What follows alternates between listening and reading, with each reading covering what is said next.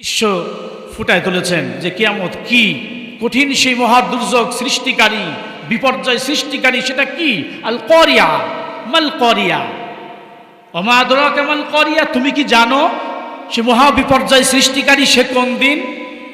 কোনো বিষয় সম্পর্কে যখন এমন প্রশ্ন করা হয় তাহলে এটার গুরুত্ব কম না বেশি? যদি বলা হয় তুমি কি জানো ওখানে গেলে কি হবে, তুমি কি জানো, আমি তোমাকে বারবার কেন নিষেধ করলাম? আল্লাহ তাআলার ভাষাটি হচ্ছে ঠিক আয়াতের ভিতরে এমন, তুমি কি জানো সেই মহাবিপর্যয় সৃষ্টিকারী সেটা কি, সেদিন কি অবস্থা হবে, দৃশ্যটা কি হতে পারে? আল্লাহ তাআলা বলছেন সেদিনের অবস্থা এমন পরিস্থিতি হবে, ইয়াউমা ইয়াকুনুন নাসু কাল ফারাশিল মাবসুস। সেদিন মানুষ পঙ্গপালের মতো ছোটাছুটি করবে, দৌড়াদৌড়ি করবে, বিদিক বিদিক হারিয়ে যাবে, ছুটে যাবে। কোন দিকে যায়?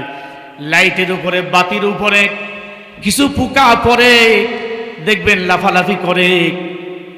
লাইটের উপরে পোকা পড়লে অসংখ্য পোকা, কীট পতঙ্গ কোন দিকে ছুটে যায়, এদিক সেদিক ছোটাছুটি করে। হাসরের ময়দানে ঠিক পঙ্গপালের মতো দিক বিদিক হারিয়ে যাবে, ছুটে যাবে। কোন দিকে পালাবো? কোথায় আশ্রয় পাবো আজকে? আমার স্থানটা কোথায়? শুধু তাই নয়, রব্বুল আলামিন ডাক দিয়ে বলেন ওয়াতাকুনুল জিবালু কাল ইহনিল মানফুশ। পাহাড়গুলো, পর্বতগুলো ধোনা তুলার মতো উঠতে থাকবে। ধ্বনিত তুলা, তুলাকে পিটাইলে, তুলা তো এমনি তুলা, ওটার যদি আরো পিটানো হয়, লেপ তোষক ভরার জন্য যেভাবে মারাই করে পিটায়, করে না? তারপরে কি হয়? ছোট্ট ছোট্ট টুকরা টুকরা হয়ে যায়, এত পাতলা, এত ওজন কম হয়ে যায়। এরপরে যদি বাতাসের সামনে ধরা হয়, উঠতে থাকে। ঠিক পাহাড়গুলো, তামাম পৃথিবীতে যত পাহাড় আছে, পর্বত আছে, পাহাড়গুলো কত বড় বড় পাহাড়, কি ওজনওয়ালা, অথচ এই পাহাড়গুলো সেদিন ধুনা তুলার মতো আকাশে মহাশূন্যে উঠতে থাকবে। একটা পাহাড় আর একটা পাহাড়ের সাথে টাস টাস করে বাড়ি লাগবে। এরপরে যখন মাটিতে পড়ে যাবে, ধুলাই পরিণত হয়ে যাবে। আল্লাহু আকবার! তাহলে সেই দিন কি কঠিন না সহজ? তাহলে কিয়ামত যে হবে, সব ধ্বংস হয়ে যাবে, এতে কোনো সন্দেহ আছে? অথচ এই পাহাড়গুলোকে আল্লাহ পাক কি জন্য দিয়েছেন? পাহাড়গুলোকে আল্লাহ পাক তামাম পৃথিবীর বিভিন্ন জায়গায় যাবেন, আপনি অনেক রাষ্ট্র সফর করবেন, আমাদের বাংলাদেশেও সিলেটে আছে, চট্টগ্রামে আছে। হাজী সাহেবরা মক্কা মদিনা জিয়ারত করেছেন, কত বড় বড় পাহাড়, কি উঁচু পাহাড়, এত উঁচু পাহাড় দাঁড়িয়ে আছে, না জানি মাটির নিচের দিকে আরো কি পরিমাণ গেড়ে আছে, ঠিক কিনা?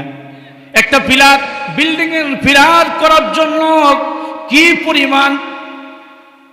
পরিমাণ নিচের দিকে, মাটির দিকে খুঁড়তে হয়, তা না হলে এই পিলার ঠিক থাকে না, বিল্ডিং ধ্বংস হয়ে যাবে।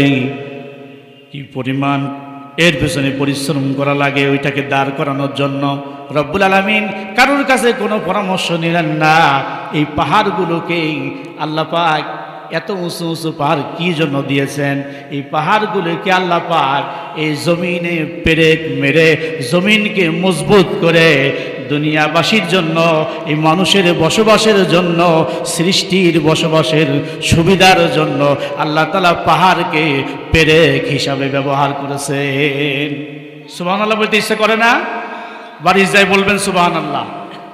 আল্লাহ পাক আপনার জন্য নিয়ামত হিসাবে পাহাড় দিয়েছেন।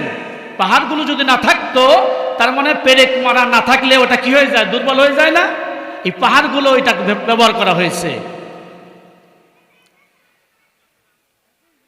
আলাম নাজআলিল আরদা মিহাদা, আল্লাহ তাআলা প্রশ্ন করেছেন, আমি কি এই জমিনকে তোমার জন্য বসবাসের জায়গা করে দেইনি, বিছানা বানায় দেইনি? এরপরে কি, এই জমিনটা বিছানা তো বানায় দিলাম, বিছানা ঠিক থাকবে কি করে? তো ওই জমিনের উপরে পৃথিবীর বিভিন্ন জায়গাতে তোমার জন্য, তোমার সুবিধার জন্য পাহাড়গুলোকে আমি আল্লাহ তাআলা ওয়াল জিবালা আওতাদা পেরেক মেরে এটাকে আরো মজবুত করে দিয়েছি। সেই মালিককে সে রবের সিজদা দিতে ইচ্ছা করে না, সে রবের আইন মানতে হবে, সেই রবের গোলামি করতে হবে। এছাড়া পৃথিবীর অন্য কোনো মানুষের আইন আল্লাহর জমিনে চলতে পারে না। কথা বলে ঠিক কিনা? আসতেছে কেন আইন মানতে হবে?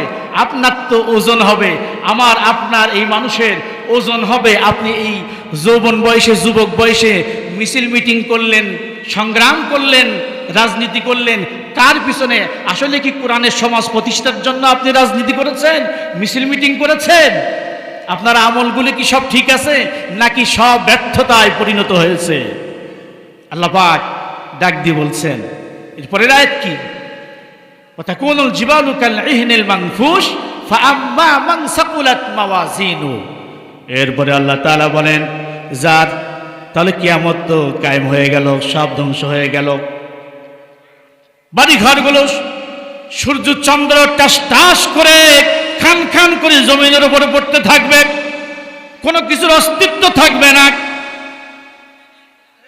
শুধু যারা 100 তলা করেছে, 20 তলা টাওয়ার বানাচ্ছে, ধনাঢ্য ব্যক্তি, 1000 কোটি টাকার মালিক, বিদেশের টাকা পাচার করে রাষ্ট্রীয় সম্পদ বিদেশে পাচার করে বেগমপাড়া বাড়ি বানায়, শুধু ওদের বিল্ডিংগুলো থাকবে মনে হয়?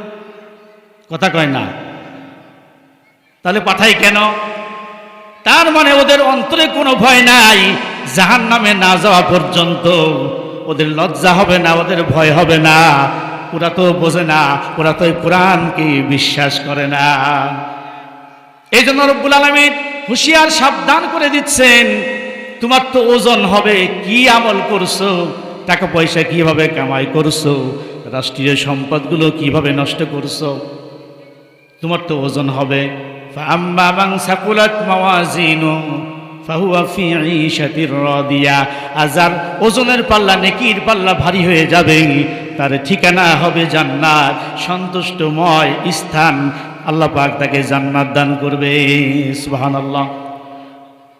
ওয়া আম্মা মান খাফফাত মাওয়াজিনু, আর যার মিজানের পাল্লায় নেকির পাল্লা হালকা হয়ে যাবে, রব্বুল আলামিনের একটা দাড়ি পাল্লা আছে, আল্লাহ পাক ওজন করবেন। যার নেকির পাল্লাটা হালকা হয়ে যাবে, পাপের পাল্লাটা ভারী হয়ে যাবে। দুনিয়ার জীবনে অনেক পাপ করেছে, নামাজ পড়ে নাই, রোজা করে নাই, যাকাত দেয় নাই, হজ করে নাই, কোরআন মানে নাই, ইসলামের পক্ষে ছিল না। তার মানে হলো তার গোটা জীবন চেষ্টা সাধনা করেছে, সব ব্যর্থ হয়ে গেছে, ক্ষতিগ্রস্ত হয়ে গেছে। তার ওজনের পাল্লায় সামান্যতম কোনো আমল নাই। এমন মানুষ হবে যার ওজন বলতে কিছু নাই। যার ওজন বলতে কিছু নাই মানে তার নেকির কোনো দামই নাই, আল্লাহর জন্য কোনো কিছু করে নাই। আছে না নাই? বলেন, সুদের কারবার করে, ঘুষের কারবার করে, দুর্নীতি করে, কালোবাজারি করে, অবৈধ হারাম ব্যবসা করে কেউ যদি মসজিদ বানায় দেয়, 40 বার যদি হজ করে, তার আমল নামায় কোনো আমল থাকবে? এই জন্য তো আল্লাহ বলছে, ওর তো বিনা ওজনে ওরে জাহান্নামে দেওয়া হবে। সবচেয়ে ক্ষতিগ্রস্ত কারা? যার নেকির পাল্লায় কোনো ওজন নাই, সওয়াব নাই, টান দিলে দেখা যাবে জিরো। কথা বলেন, এরকম আছে না নাই? যা করেছে সব মানুষকে দেখানোর জন্য করে। এরকম মানুষ কি আমাদের দেশে আছে? এই জন্য আল্লাহ পাক বলেন, ওজন তো হবেই, ওজন নেওয়া হবে। কি কতটুকু? আজকে 500-1000 টাকা যদি আপনি এই কোরআনের এই মাদ্রাসায় মহব্বতে দিতে পারেন, এটাও ওজন হবে, এবং এই দৃশ্য ছবি আপনাদের দেখানো হবে। হতে পারে আজকের এই দানের ওসিলায় আল্লাহ তাআলা সেদিন আপনাকে সহজে পার করায় দেবেন। সুবহানাল্লাহ। ওজন হবে। কি দিয়ে ওজন হবে? প্রশ্ন করতে পারেন, হুজুর দুনিয়ার জীবনে কত কিছু আমরা ওজন দেই, সব ব্যবস্থা আছে। চাউল ওজন হয়, গম ওজন হয়, আছে না? মিটার, দাড়ি পাল্লা, বাতাসের চাপ মাপা হয় ফেদোমিটার দিয়া। মানুষের জ্বর হইলে শরীরে কি পরিমাণ তাপমাত্রা সেটা ওজন করা হয়, তার নাম কি? থার্মোমিটার। কথা বলেন না কেন? তার নাম কি? থার্মোমিটার। সাগরের, সমুদ্রের গভীরতা মাপা হয়, সব কিছু মাপার যন্ত্র আছে। তাহলে আমরা রব্বুল আলামিন মানুষের এই আমলগুলো মাপার কি আল্লাহর কাছে যন্ত্র নাই? আছে না? হাদিস শরীফের ভিতরে আসছে যে আমল সেদিন আমলগুলো সেটার একটা আকৃতি হয়ে যাবে, সুরাত হয়ে যাবে। এই আমলগুলো কেউ কেউ পাহাড়ের মতো দেখতে পাবে। এত পরিমাণ আমল করেছি রে, আমার গোটা জিন্দেগির জীবনের আমলগুলো সব পাহাড়ের মতো দেখা যায়, কিন্তু দেখতে পাহাড়ের মতো, কিন্তু এক পয়সা কোনো দাম নাই। কেননা যা কিছু করেছে সব মানুষকে দেখানোর জন্য করেছে। এই জন্য রব্বুল আলামিন ডাক দিয়ে বলেন, ওজন তো হবে, এটা সত্য, এর মধ্যে কোনো সন্দেহ নাই। ওয়াল ওয়াজনু ইয়াওমাইযিনিল হক ফামান সাকুলাত মাওয়াজিনুহু ফাউলাইকা হুমুল মুফলিহুন।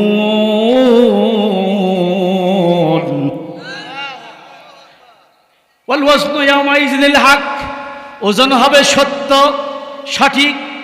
মিজানের পাল্লায় আমার রব্বুল আলামিনেরও একটা মাপার যন্ত্র থাকবে, তার নাম হচ্ছে কি? মিজান। জোরে বলেন, তার নাম কি? মিজান। মাপার বড় ধরনের একটা যন্ত্র থাকবে, যার নেকির পাল্লা ভারী হয়ে যাবে। আমার আল্লাহ বলেন, ফাউলাইকা হুমুল মুফলিহুন, তারা হবে সফল কাম। সুবহানাল্লাহ। আর যার নেকির পাল্লা হালকা হয়ে যাবে, ওমান খাফফাত মাওয়াজিনুহু ফাউলাইকা আল্লাযীনা খাসিরু আনফুসাহুম, সে নিজেকে ক্ষতিগ্রস্তর মধ্যে ফেলে দেবে। কেন? বিমা কানু বিআয়াতিনা ইয়াজলিমুন, আমার আয়াতের সাথে আয়াতগুলো সে অস্বীকার করেছে, আমার আয়াত না। সুতরাং মারো, যাকে যেখানে পাও খুশি মারো, ওরে গুলি করে মারতে পারলেই তো আগামীতে ক্ষমতা আমি পাবো। আছে না নাই? কি আমার কথা? আমি বললাম কথাটা? রব্বুল আলামিন বলছে ওরা বিশ্বাস করে না। তাহলে আল্লাহ তাআলা বলেন, নবী গো, আপনি এই কথা জানিয়ে দেন, সবচেয়ে ক্ষতিগ্রস্ত কারা হবে? বলবো সবচেয়ে ক্ষতিগ্রস্ত কারা হবে, তার ডেফিনেশন নেন, সংজ্ঞাটা নিয়ে যান, তাহলে বুঝবেন। এবং এই কথা শোনার পরে আপনি তো সাবধান হয়ে যাবেন, তাহলে এই কাজ আমি করব না। সবচেয়ে ক্ষতিগ্রস্ত হয়ে গেলে তাহলে তো আমার তো নেকি বলতে কিছুই থাকবে না, আমার তো ওজনই হবে না, বিনা ওজনে তারা জাহান্নামে নিক্ষেপ করা হবে। আল্লাহ তাআলা ডাক দিয়ে বলছে, বলে দেন আপনি, কুল হাল নুনাব্বিউকুম বিল আখসারিনা আমালা আল্লাযীনা দাল্লা সা'য়ুহুম ফিল হায়াতিদ দুনিয়া ওয়া হুম ইয়াহসাবুনা আন্নাহুম ইউহসিনুনা সুনআ। আল্লাহু আকবার। 16 নম্বর পারা সূরা কাহফের 3 এবং 4 নম্বর আয়াতে আল্লাহ পাক বলেন, নবী গো আপনি বলে দেন সবচেয়ে ক্ষতিগ্রস্ত কারা, আমি কি তোমাদেরকে জানিয়ে দেব নাকি? তারা কারা? আল্লাযীনা দাল্লা সা'য়ুহুম ফিল হায়াতিদ দুনিয়া, এই দুনিয়ার জিন্দেগিতে, দুনিয়ার জীবনে যাদের চেষ্টা সব ব্যর্থ হয়ে গেছে। চেষ্টা যা করেছে, তার মানে আন্দোলন করেছে, মিছিল করেছে, মিটিং করেছে, জনসভা করেছে, আমি নেতা হব, নেতা হয়ে কি করবা? এমপি মন্ত্রী হয়ে কি করবা? দেশের প্রেসিডেন্ট হয়ে কি করবা? কোরআন দিয়ে দেশ চালাবো, এই চিন্তা চেতনা তাদের ছিল না। সুতরাং ওদের স্লোগান, ওদের রাজনীতির এক পয়সা দাম আছে নাকি বলেন? কথা কন না, আছে? কেন? ওদের উদ্দেশ্য হলো এইটা, যদি আমি ক্ষমতা পাই, এই পদমর্যাদা যদি আমি পাই, তাহলে তো বিশাল ব্যাপার, লালে লাল হয়ে যাব। 15 বছর তো খাইতে পারলাম না, এবার ওরা বিদায়, এবার ওরা আবার আসে, ওরা চিন্তা করে আমরাও তো ক্ষমতায় কতদিন ছিলাম না, এবার পাইছি, জম্মের খাওয়া খাবো আর বেগম পাড়াই বাড়ি বানাবো। কে? ওদের চেষ্টা হলো ব্যর্থ হয়ে গেছে। কেননা ওরা দুনিয়া পাওয়ার জন্য, ক্ষমতা লোভের জন্য। আসলে নবীদের যে আন্দোলন ছিল, কোরআনের আন্দোলন, ইসলামী সমাজ কায়েম করার জন্য, আল্লাহর জমিনে আল্লাহর দিন কায়েম করার জন্য নবীদের আন্দোলন ছিল। নবীদেরকে ওরা সাহায্য করে নাই, ওরা কোরআনের সাহায্য করে নাই, ওরা আল্লাহর দ্বীনের সাহায্য করে নাই। আমার আল্লাহ বলেন, আমি আল্লাহ তোরে সাহায্য করব না। আল্লাহর দ্বীনের যারা সাহায্য করবে, আমার আল্লাহ ওয়াদা দিয়েছে, আমার ওই বান্দা বান্দিরে আমি আল্লাহ সাহায্য করে জান্নাতে প্রবেশ করাবো। বানাবো। ওয়ালা ইয়ানসুরাল্লাহু মান ইয়ানসুরুহু ইন্নাল্লাহা লাকাওয়িয়্যুন আজিজ।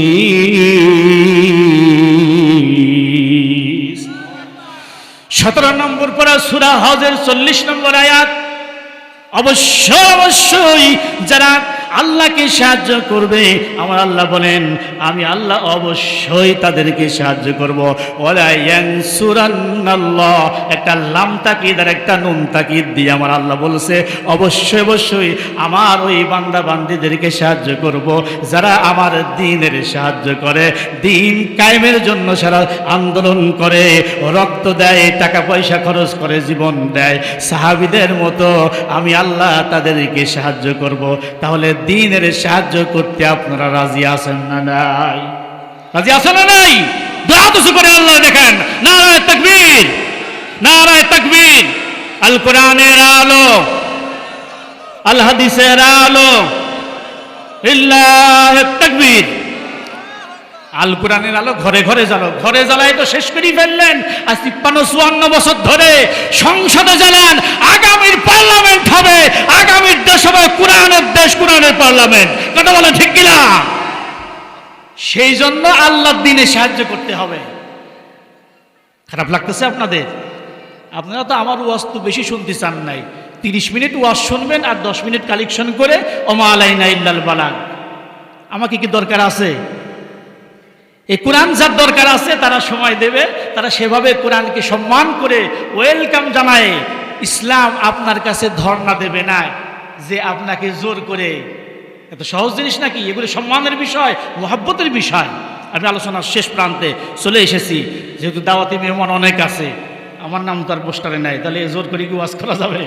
হ্যাঁ, যাই হোক মামারা, আমার মামারা, নানারা, আমার খালা আম্মারা আজকে অনেক কষ্ট করে এই সময়টুক যে আমাকে দেশে সম্মানিত করলেন, আমি আপনাদের উপরে কৃতজ্ঞ। আমার অন্তরস্থল থেকে আমি মুবারকবাদ জানাই। আপনাদের জন্য প্রাণ ভরে দোয়া করব আল্লাহ তাআলা যেন এই পাবনা জেলা, কুষ্টিয়া জেলা সহ গোটা বাংলার প্রতিটি ইঞ্চি জায়গা, 56,000 বর্গ মাইল আমাদের মাতৃভূমি সোনার বাংলাদেশের প্রতিটি ইঞ্চি জায়গাকে যেন আল্লাহ তাআলা ইসলামের জন্য, কোরআনের জন্য উর্বর বানায় দেন। বলেন আমিন। শেষ কথা, তাহলে কেন ব্যর্থ হবে?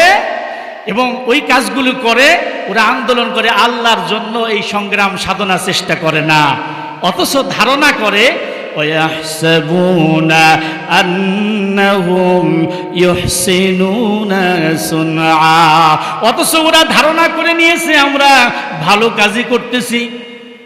শরীফ উসমান হাদিকে তুমি গুলি করে মারলে, হত্যা করলে, এমন মেধাবী যোগ্যতা সম্পন্ন দ্বীনের মুজাহিদ বাংলার জমিনের জন্য দরকার ছিল, ঠিক কিনা? তাহলে কিসের স্বাধীনতা পেলাম? কিসের দেশ পেলাম? কোন সমাজ, কোন দেশ পেলাম? কি জুলুম, অত্যাচার! 5 তারিখের পরের থেকে এই 1 বছরের মধ্যে তো আর এমন ঘটনা ঘটার কথা ছিল না, তারপরেও কেন ঘটলো? ওরা অন্যায় জুলুম নির্যাতন করে, সুদি কারবার করে, অবৈধ ব্যবসা করে, কোরআনের বিরুদ্ধে আইন পাশ করে, আর যত রকম হারামি করে। আল্লাহর জমিনে আল্লাহর দ্বীন কায়েম হতে দেবে না। আর বলে যে আমরা যা কিছু করছি আমরা ভালো কাজই করতেছি, ঠিক কিনা?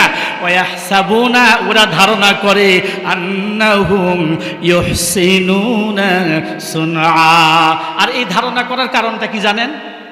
বলবো, এই ধারণা করার কারণ হলো এত অকাম কুকাম করে বলে, এত অন্যায় করে বেড়ায় ইসলামের বিরুদ্ধে, কোরআনের বিরুদ্ধে। আল্লাহ জমিন আল্লাহর, আলা আলাহুল খলকু ওয়াল আমর, সৃষ্টি যার, রাজত্ব চলবে তার, এই কথার উপরে ওরা বিশ্বাস করে না। তার মানে এই আয়াত মানে না। ও নামাজ পড়ে, রোজা করে, যাকাত দিয়ে, হজ করে, তারপরও সে কাফের। কথা বলে ঠিক কিনা? কেন আল্লাহ বলছে জমিন আমার আইন চলবে, কোরআনের আইন চলবে। ঠিক আছে, ক্ষমতা তুমিই যাও, তোমরাই যাও ক্ষমতায়। কে কোরআন দিয়ে দেশ চালাতে পারো না? তাহলে তো এই হত্যাকাণ্ডগুলি হয় না।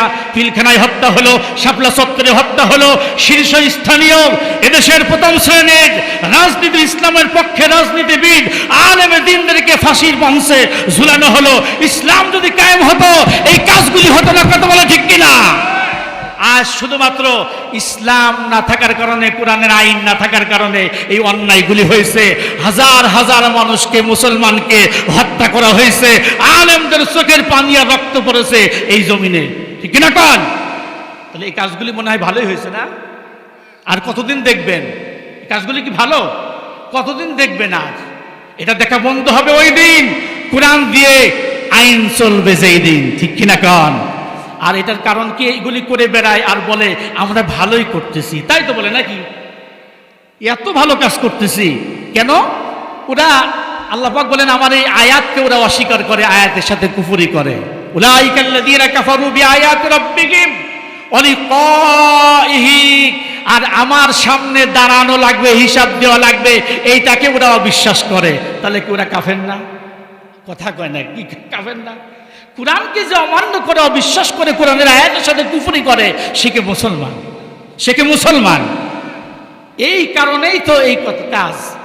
উলাইকাল্লাযীনা কাফারু, ওরাই হলো তারা। তারা কারা? যারা উলাইকাল্লাযীনা কাফারু বিআয়াতিল্লাহ, আমার আয়াতের সাথে, এই কোরআনের সাথে, আমার কিতাবের সাথে কুফরি করে, এটাকে অস্বীকার করে। অলিকাইহি, আর আমার সামনে যে হিসাব দেওয়া লাগবে, কিভাবে সমাজ চালিয়েছো, কিভাবে রাষ্ট্র চালিয়েছো, কিভাবে নেতৃত্ব দিয়েছো, কোরআনের পক্ষে নেতৃত্ব দিয়েছিলে, কোরআন দিয়ে বিচার করেছিলে না কোরআনের বিরুদ্ধে বিচার আইন পাশ করেছিলে, এই হিসাব হবে না? মনে হয় না?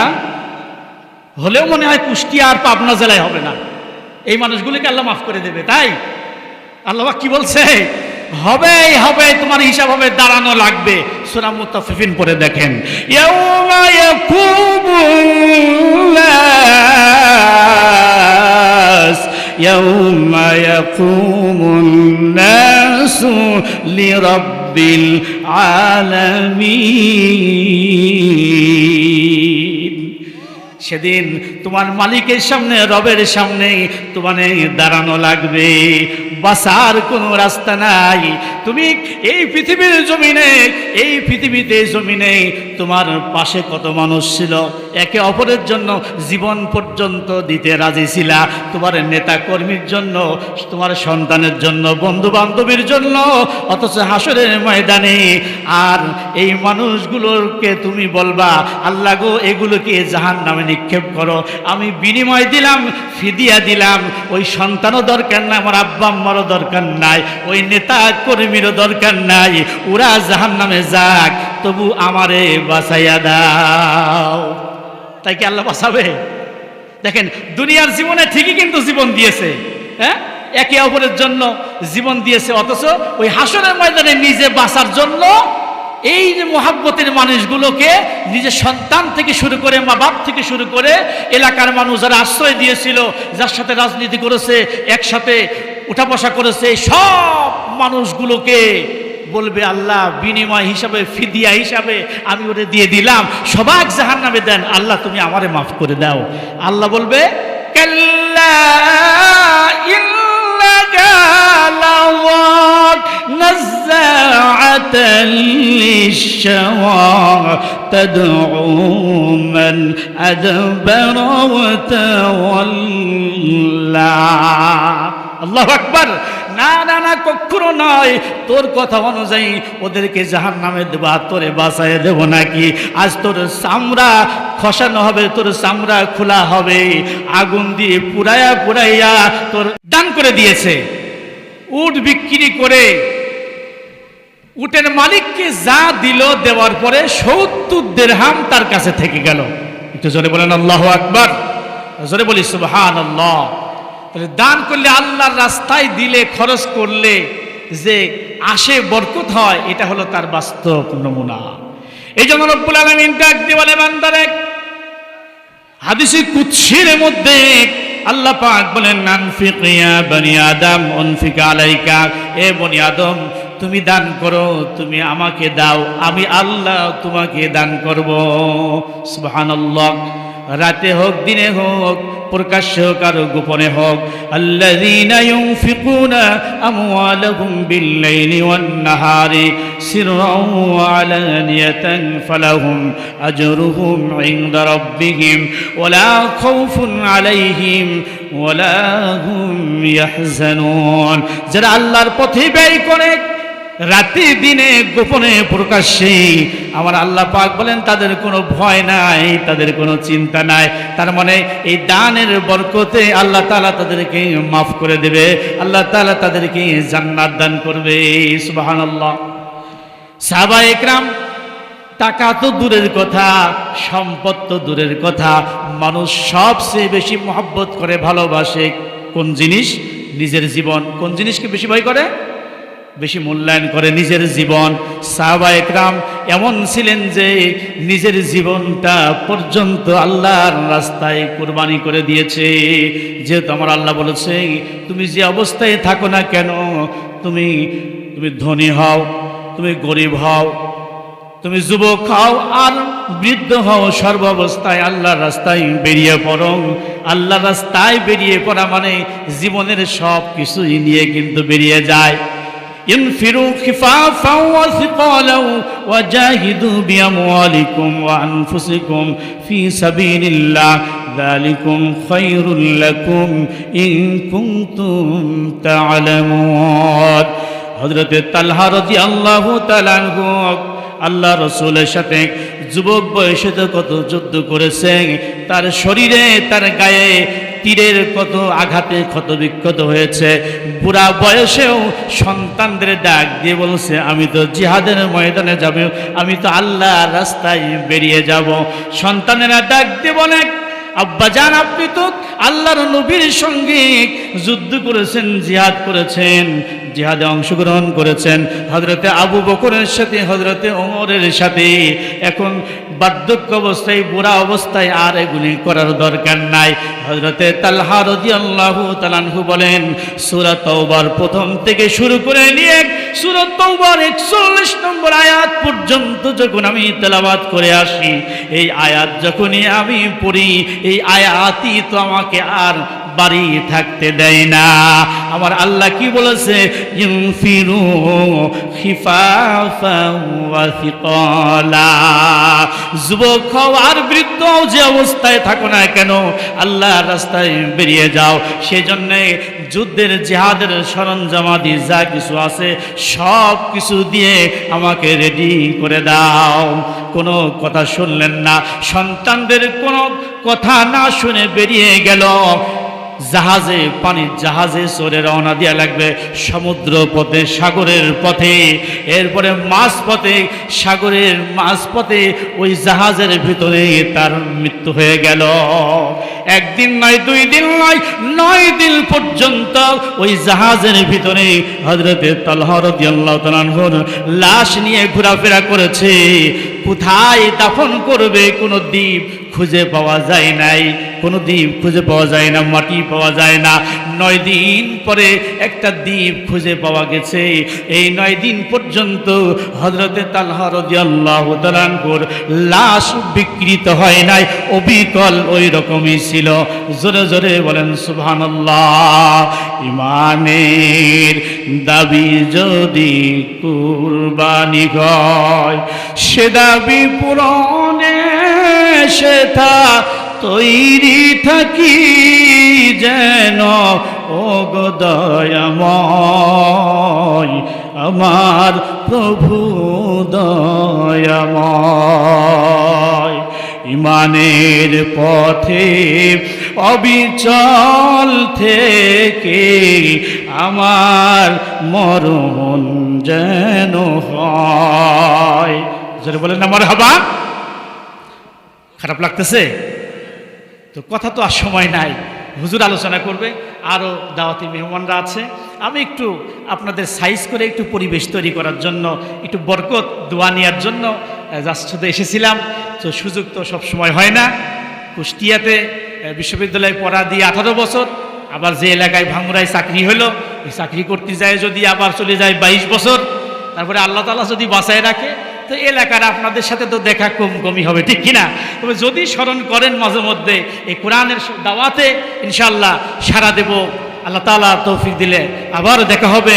আপনারা দোয়া করবেন, আমিও প্রাণ ভরে আপনাদের জন্য দোয়া করি। আমার নানা মামার এলাকা, আমার আম্মাজানেরা, মা খালারা প্রাণ ভরে আগামীতে ইনশাআল্লাহ কথা শোনাবো। আর পাশেই একটা মাহফিল আছে, সেখানে যেহেতু আলোচনা করা লাগবে। আসসালামু আলাইকুম ওয়া রাহমাতুল্লাহি ওয়া বারাকাতুহু।